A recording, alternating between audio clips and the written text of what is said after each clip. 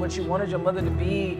And in many cases, your mothers and your fathers can't be what your ideal is. What do you think is the biggest gift that you've given your daughter? I loved her the way that she loves people now. We didn't have a strong relationship. She never knew me. She never really knew who I was. The love that we're seeing Oprah give the universe really was born out of your love for her. Right. My mother and I had a complicated relationship. It wasn't until I became the famous Oprah Winfrey that I felt that she was even interested in seeing me. I remember the first night entering into that house and being told that I wouldn't be able to sleep with my mother and I wouldn't be able to sleep inside the house. It was because of the color of my skin. I don't know how I knew that, but I did. I went through a real period of self-discovery because you have to find other reasons for appreciating yourself. It's certainly not your looks. My grandmother was a maid. That's all she ever knew. Many times my grandmother would whip me with switches. She would braid the switches together and I'd get a whipping. And then in the middle of whipping me, she'd say, "Stop your crying, stop your crying." And I'd get whipped until I would stop crying. And then afterwards, she would say, "You better wipe that pout off of your face. You better put a smile on your face." So you'd have to now act as though the beating that you just had didn't happen. I realized that that pain of not being able to express the emotion, that would be a huge pain body that I would end up carrying. When I was separated from my grandmother and sent to live with my mother at 6 years old, I suddenly land in a place that's completely foreign to me.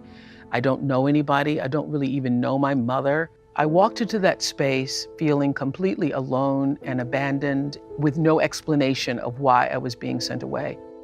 I remember the first night entering into that house and being told that I wouldn't be able to sleep with my mother and I wouldn't be able to sleep inside the house, but there was a little foyer porch before you actually got inside the house.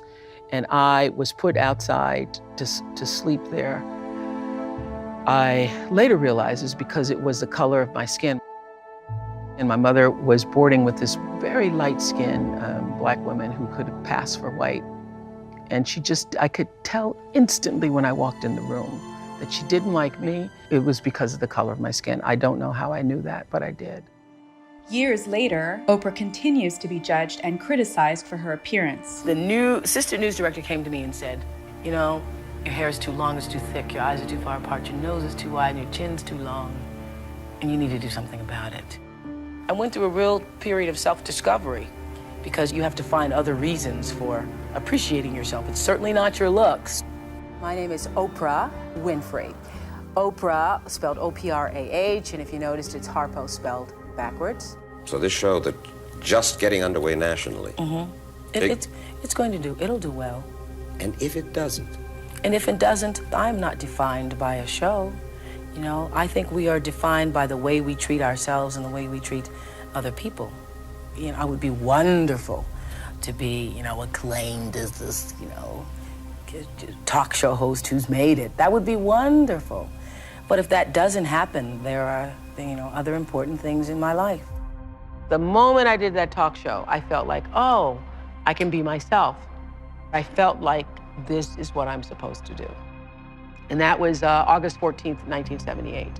And that was the beginning of fulfilling the calling. My mother and I had a complicated relationship. It wasn't until I became the famous Oprah Winfrey that I felt that she was even interested in seeing me.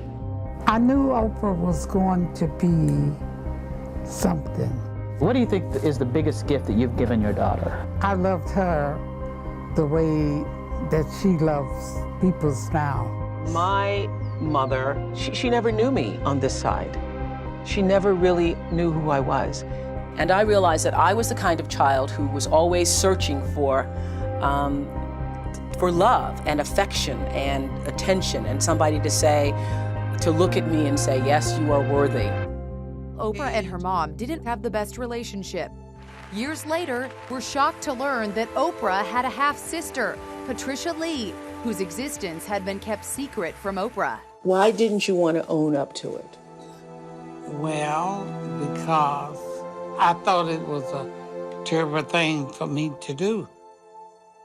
that I had done, gave up my daughter. You have in your own mind what a mother should be and what you wanted your mother to be.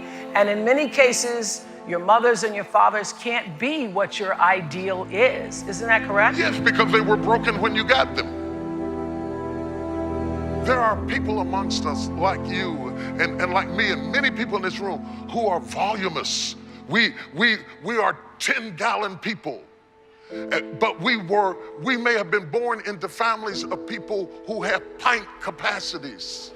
When you are a 10-gallon person and you want love, you want it on a 10-gallon level. But a pint person, they could be giving you all that they have, sincerely giving you everything, but it doesn't fill you up because you're bigger than that. But you must realize some people, that's all they got. 5 years later, Oprah is forced to confront her mother. My mother was dying. I got a call from my sister that she thought it was the end. So I hopped on a plane and I surprised my mother, and she's like sitting in this little room. It's like 80 degrees and she just watches TV all day. I sat with my mother and I said, I don't know if you're gonna make it. Do you think you're gonna make it? And she said, I don't think I am. And I had a conversation with her about what that felt like. I started telling all the people who cared about her, if you want to say goodbye, you should come and say goodbye. And then I left, and I left knowing that that was going to be the last time.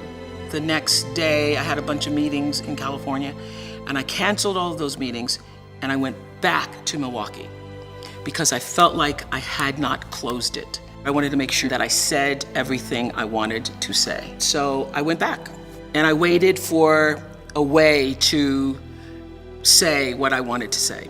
And I was praying for a way in, and I just walked in with my iPhone, and something said, voice said, play some music. So I started playing some music, and I could see that it opened her a little bit, because my mother's been a very closed down person. And I could see that the music gave me an opening to say what I needed to say. And what I said was, thank you. As a young girl, having a baby, no education, 17, you get pregnant with this baby.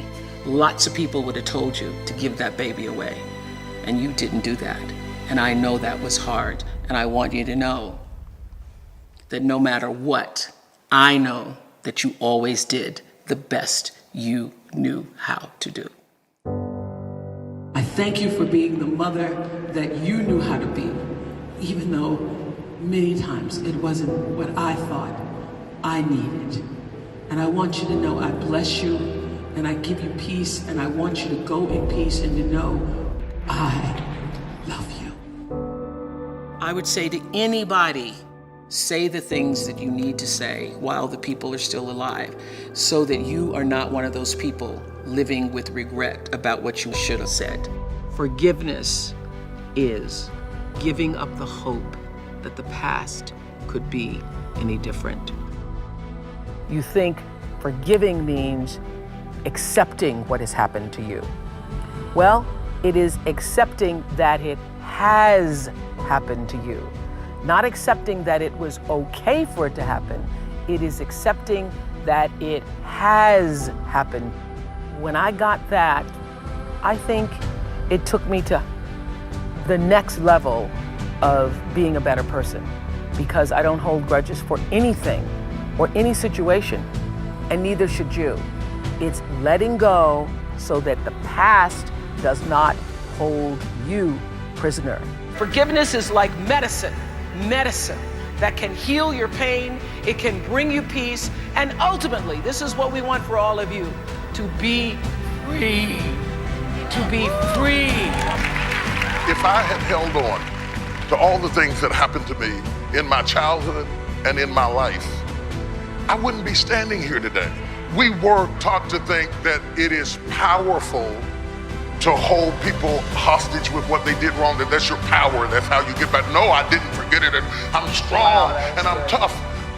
But it takes more strength to forgive than it does to be vengeful and angry. Forgiveness does not exonerate the perpetrator. It does not justify their behavior. Forgiveness is a gift you give yourself.